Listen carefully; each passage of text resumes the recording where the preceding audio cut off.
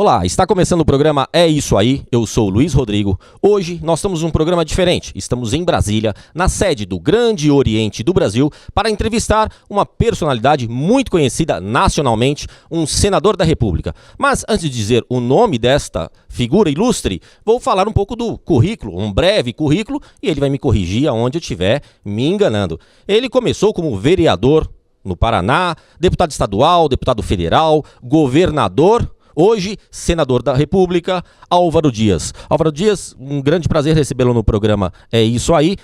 Pode fazer uma introdução do seu histórico enquanto criança? Eu sei que você é da agricultura, da família, da fazenda. Como é que funciona isso? Onde nasceu? Como é que foi esse pé na terra, pé no chão, chão brasileiro?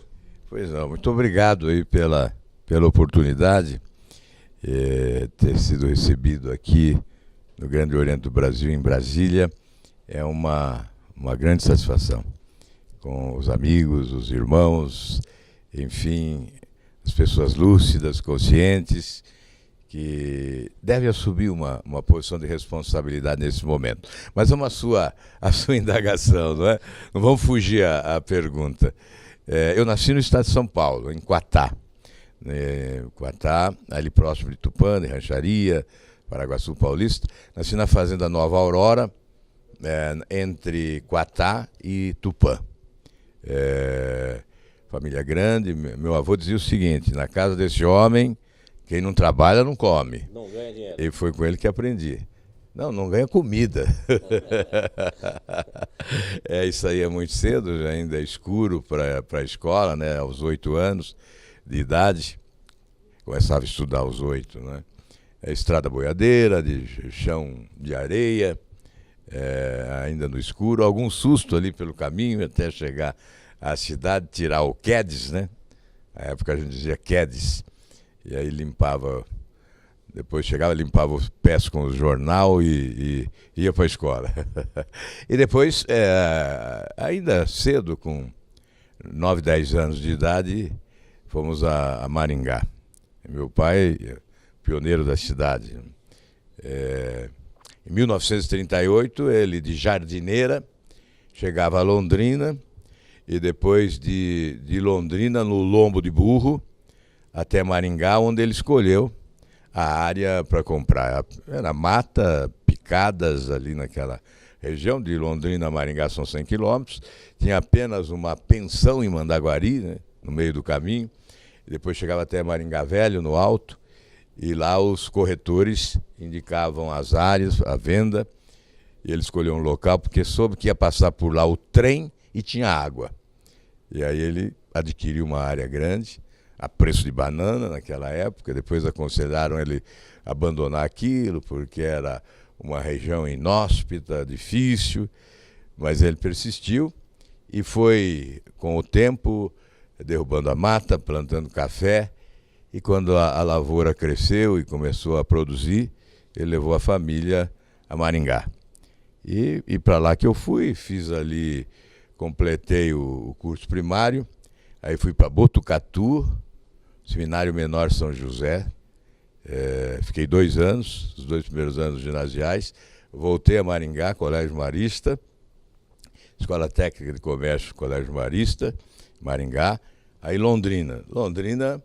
Eu iniciei a faculdade, fiz História e o curso de História. Depois aí me tornei líder estudantil, presidente do centro acadêmico, e a partir daí, convite para trabalhar em emissora de rádio, discurso na faculdade criticando políticos, desperta o diretor da faculdade, que era um político, que resolve me pedir que fosse candidato.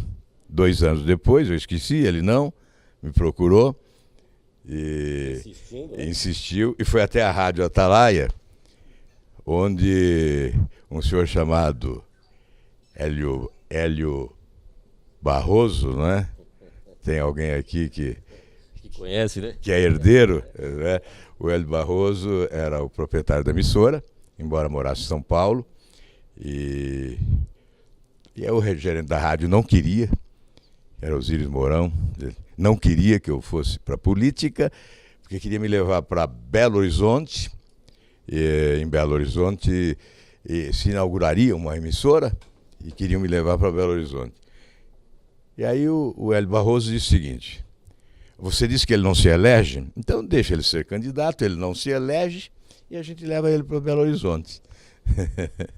Surpresa. Aí eu fui candidato e me elegi, né?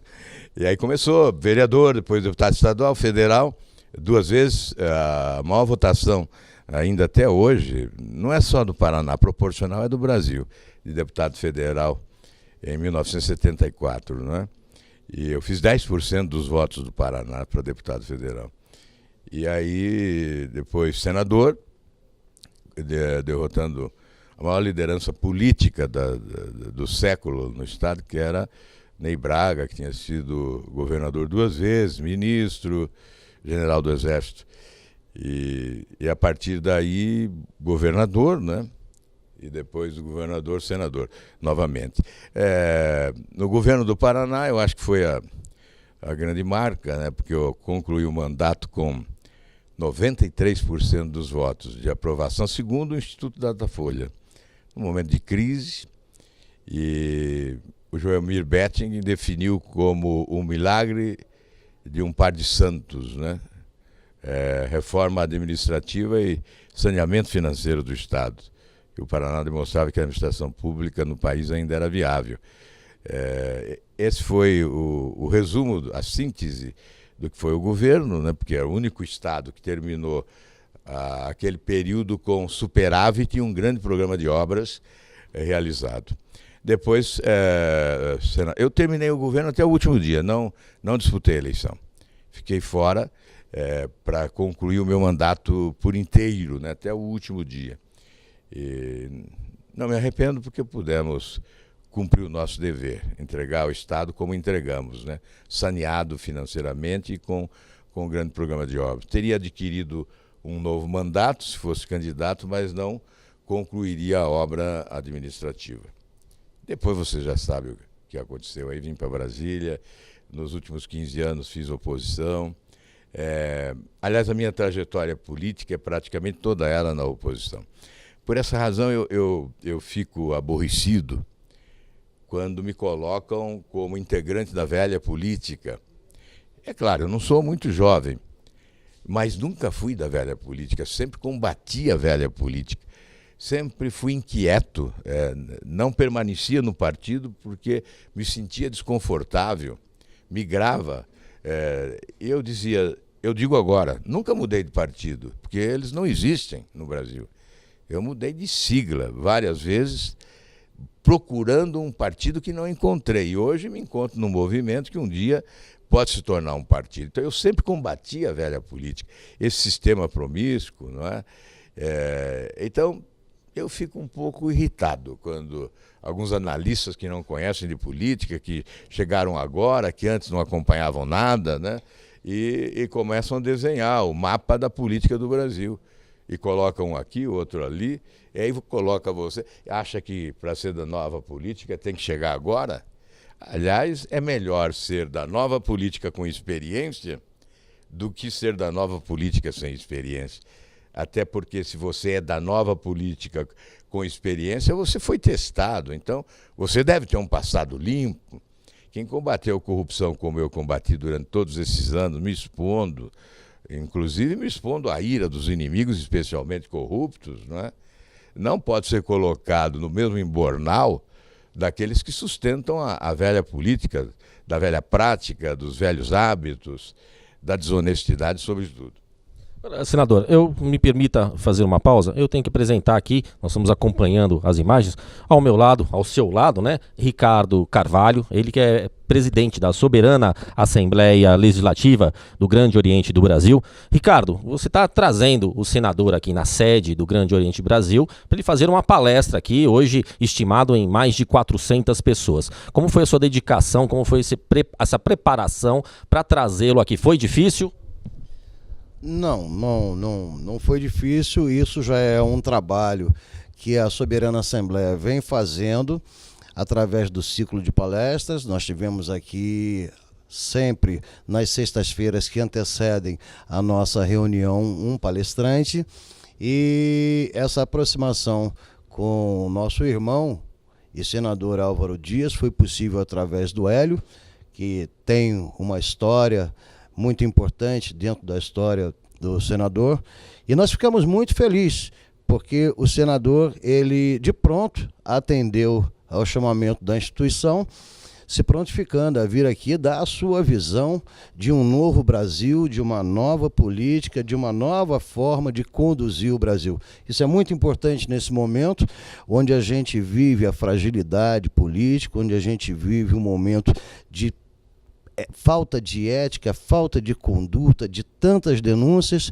Nós recebemos em nosso auditório um irmão, um senador, que tem realmente uma carreira política brilhante e ficha limpa realmente. Isso nos deixa muito felizes de poder receber o senador e levar os nossos irmãos, e agora também muito obrigado aos irmãos de Ribeirão Preto, aos ouvintes do nosso programa É Isso Aí, essa oportunidade de ouvirmos o senador Álvaro Dias.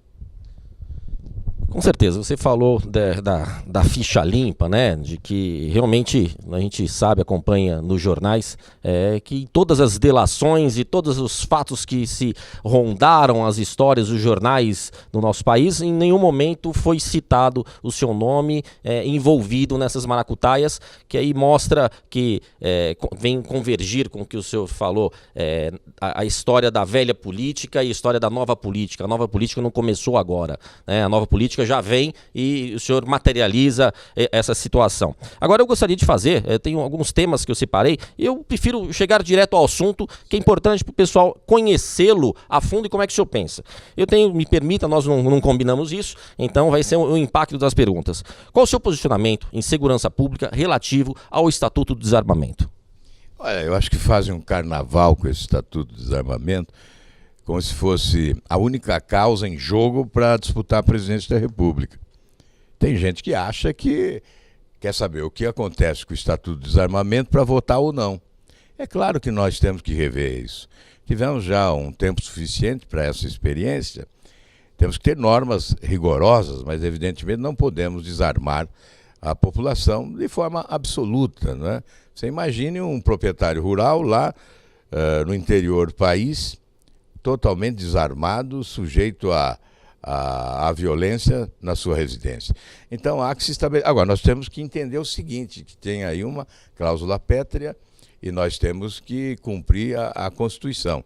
Ou seja, temos que fazer um plebiscito novamente para definir a nova legislação a respeito da utilização de armas no país. Mas por que deveria se fazer esse novo plebiscito, se o plebiscito que nós fizemos anos atrás já confirmou que a população, a maioria da população, é a favor do comércio de armas, do porte de armas ao cidadão civil de bem, como era antigamente? Eu acho que a Constituição tem que ser respeitada, né? Se há uma cláusula pétrea, há que seguir o caminho constitucional. É a melhor forma de resolver o problema. Agora, realmente, nós temos que consultar a população sempre. O meu partido, que é o Podemos, que eu digo que é um movimento, ainda não é um partido, espero que se torne um dia, ele exatamente adotou o sistema de democracia direta, ou seja, a consulta popular. Então não há mal nenhum em se fazer plebiscito para resolver determinadas questões polêmicas para o país. Ouvir a população. Cabe a ela dizer o que ela deseja, e especialmente num assunto como esse.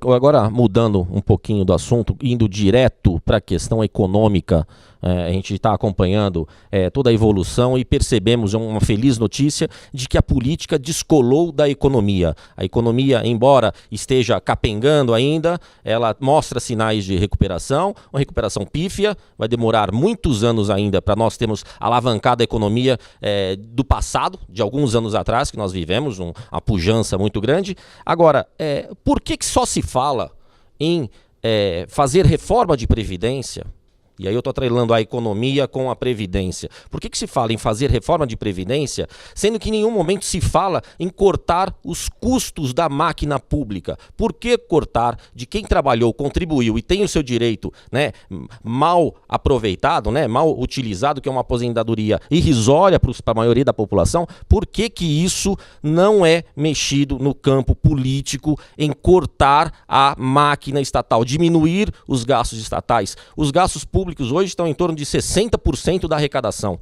E não se fala em cortar. A Previdência vai estar em torno de 10, 12, 14% da arrecadação. Por que a Previdência é o pivô disso? E o pior é que apresentam a reforma da Previdência como se fosse a salvação do Brasil, resolvesse todos os problemas, e nós sabemos que isso não é verdade. E falam em reforma da Previdência sem antes receber dos inadimplentes. JBS, Arque Batista, grandes bancos, inclusive bancos públicos, mais de 400 bilhões de inadimplência. E há desvio de finalidade, os recursos são aplicados indevidamente. E há corrupção também, nos fundos de pensão especialmente. E há governos estaduais que colocaram a mão grande nos fundos de pensão. E aí querem colocar a mão ainda maior no bolso do aposentado, do humilde aposentado, inclusive. Então, nós estamos invertendo prioridade. Fala-se na reforma da Previdência e não se fala na dívida pública. Esta sim, essa toma 52%. Você disse 12%, 14% da Previdência. Dívida pública, 52% do orçamento da União para juros, serviços e encargos da dívida pública. Esse ano, 1.722 bilhões de reais. Imagine o que se poderia fazer com 1.722 bilhões de reais. E se nós vamos a outros países, a Alemanha, por exemplo, a Alemanha gasta menos da metade, bem menos da metade do que nós gastamos para a rolagem da sua dívida, isto proporcionalmente. Então, por que nós não encontramos uma forma de administrar melhor a dívida pública brasileira? E por que não conter esse processo avassalador de crescimento dessa dívida? Ela cresceu de forma extravagante, especialmente nos últimos 3 anos, né? E eu venho alertando desde 2010, quando eu dizia, é bomba relógio de efeito retardado que vai explodir no colo do Brasil. Explodiu. Olha, se não encontrar solução para a dívida pública, não vai encontrar solução para os outros problemas do país. Por isso nós vamos colocar, durante a campanha eleitoral, eu, candidato, vou colocar a dívida pública como calcanhar de Aquiles, como compromisso de solução. Exatamente fazendo uma auditoria. Eu sei que tem gente que fica arrepiado quando se fala em auditoria da dívida, né? Há os que não querem falar em auditoria de jeito nenhum. Imaginam que nós vamos dar um calote. Não se trata de dar calote. Aí diz, significa rompimento de contratos. Também não. Só se for contrato mal celebrado.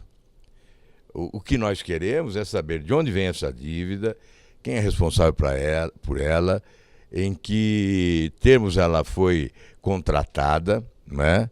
Quais foram os favores oferecidos, os privilégios oferecidos, não é?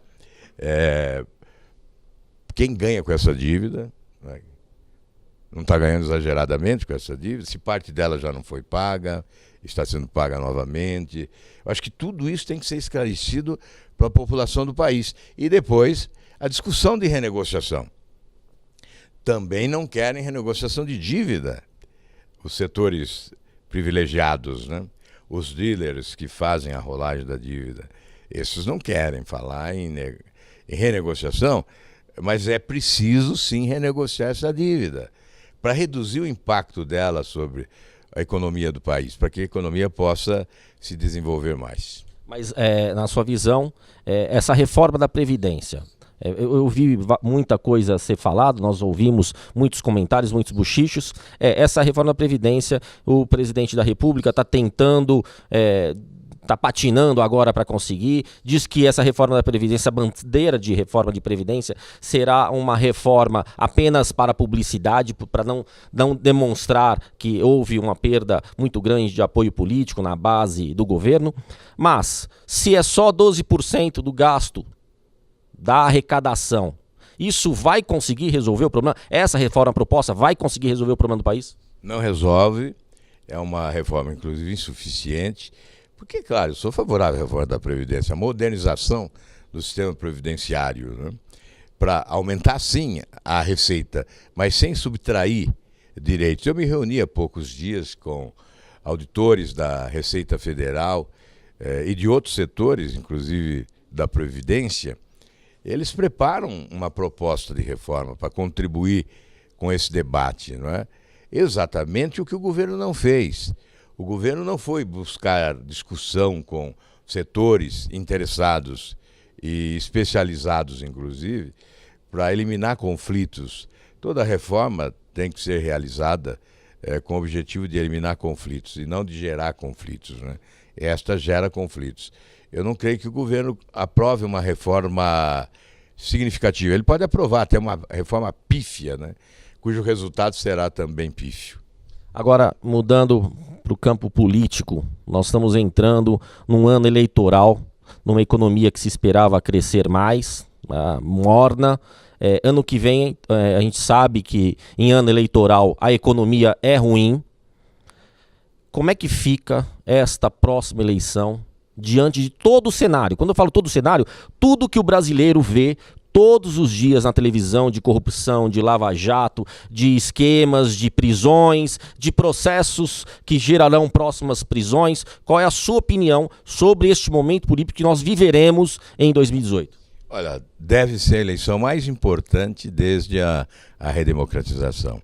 Em razão das circunstâncias que nós estamos vivendo, essa tragédia política que se instalou no país, em razão da incompetência e da corrupção, e a descrença se generalizou. O principal desafio é vencer essa descrença e enfrentar, inclusive, essa parte da imprensa que alimenta uma polarização que na alma da nação não existe. Porque enquanto a imprensa, ou parte dela, alimenta uma polarização entre a extrema esquerda e a extrema direita, a alma da nação, a sociedade brasileira, diz que o eleitor quer experiência administrativa e passado limpo. E nessa polarização você não encontra nem experiência administrativa positiva e nem passado limpo. Então, na verdade, a análise que alguns pseudo-analistas, especialistas fazem, na verdade, contrasta com o que a pesquisa de opinião pública revela, que é o desejo da população. Mas, acima de tudo, é um momento de grande responsabilidade, eu vou insistir nisso, né? As pessoas conscientes devem ser protagonistas, não devem se omitir, porque a omissão pode ser a renovação da tragédia. O país continuará sangrando se a escolha for infeliz, né? Eu imagino que há personagens durante uma campanha. Alguns candidatos conseguem transferir a ideia à população daquilo que não são. Eles se constituem em personagens.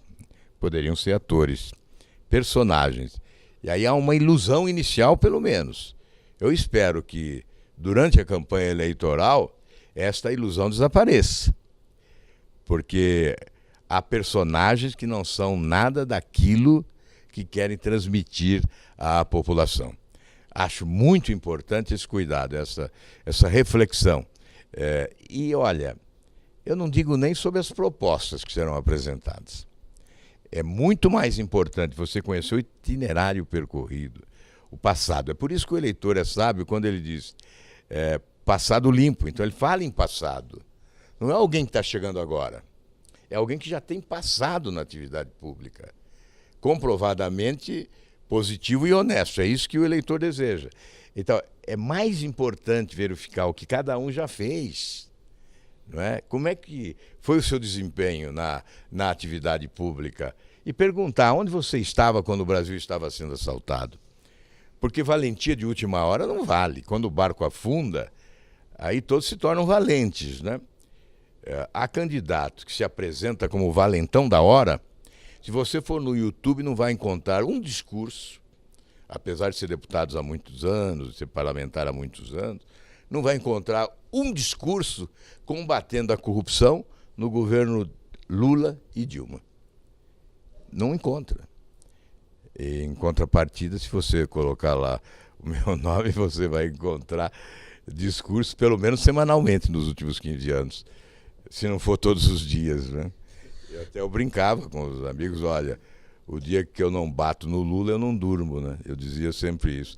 Então, eu acho que esse passado tem que ser visto, tem que ser analisado e tem que ser valorizado. Para nós finalizarmos, eu venho de Ribeirão Preto, que é o maior celeiro do setor sucroenergético do Brasil, é um polo produtor muito grande de energia termoelétrica, canavieira, álcool.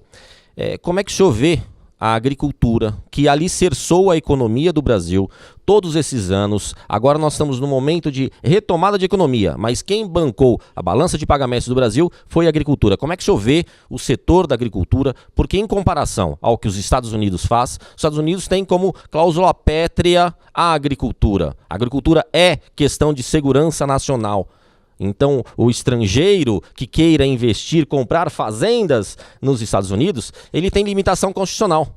Só o cidadão nato americano. Aqui no Brasil está um pouco diferente. Como é que o senhor vê este momento da agricultura? O agricultor, o senhor vem da fazenda, o agricultor é sofrido, é um herói e é visto como um malfeitor. E ele é o que acomoda a economia e manteve a economia até hoje.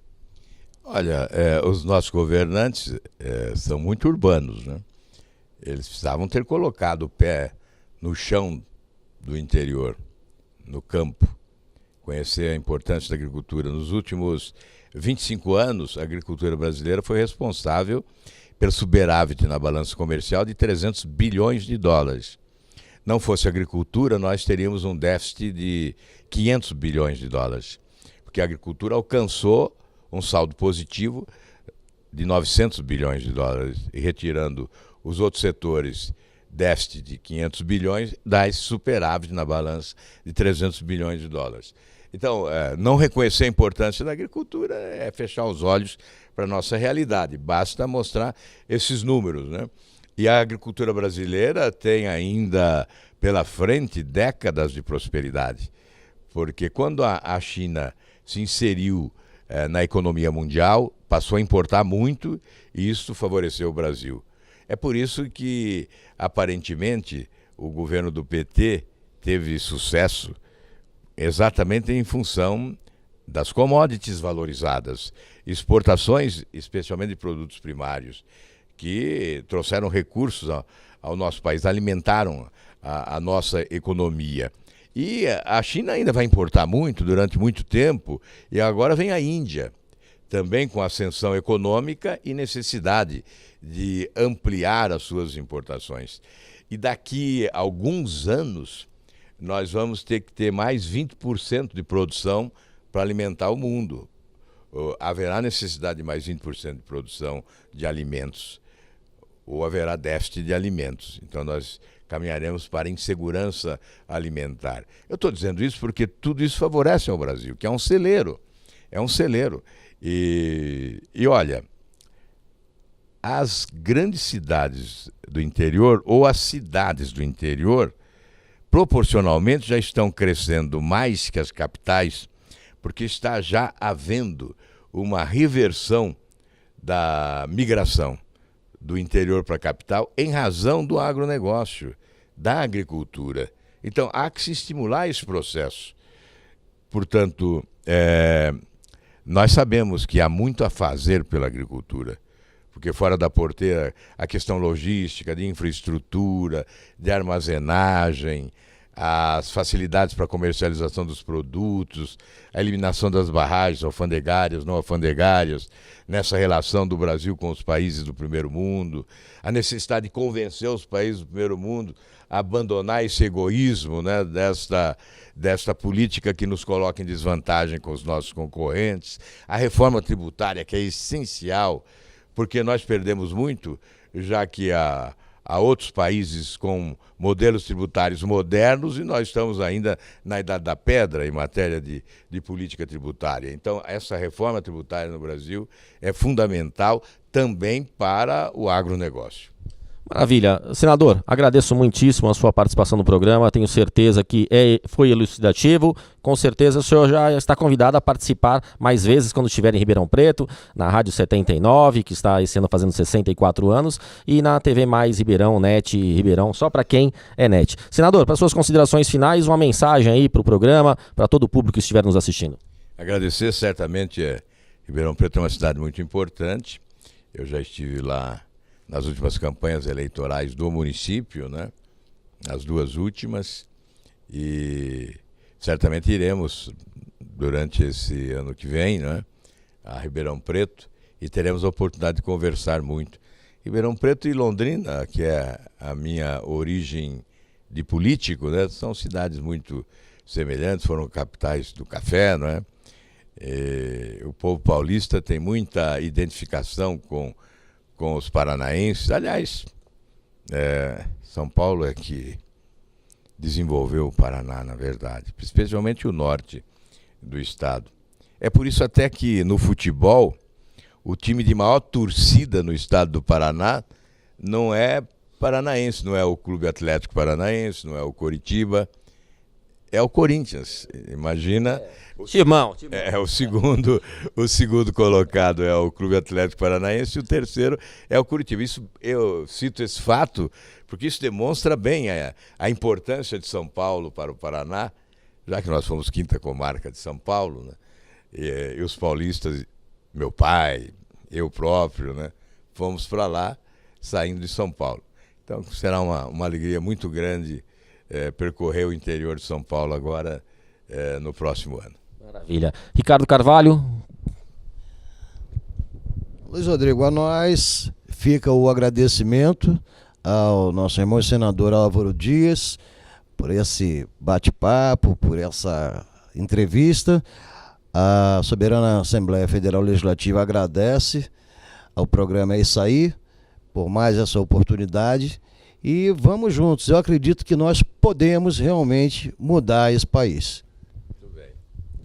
Maravilha. Pessoal, gostaria de agradecer o senhor Marcos José, soberano grão-mestre do Grande Oriente do Brasil, Ricardo Carvalho, presidente da Soberana Assembleia Federal Legislativa do Grande Oriente do Brasil, senador Álvaro Dias, foi um prazer muito grande, com certeza nós teremos boas notícias ao ouvi-lo falar, porque o senhor traz com imparcialidade que o cidadão brasileiro procura, traz informação e traz uma crítica de quem conhece bem o segmento e conhece bem o nosso Brasil.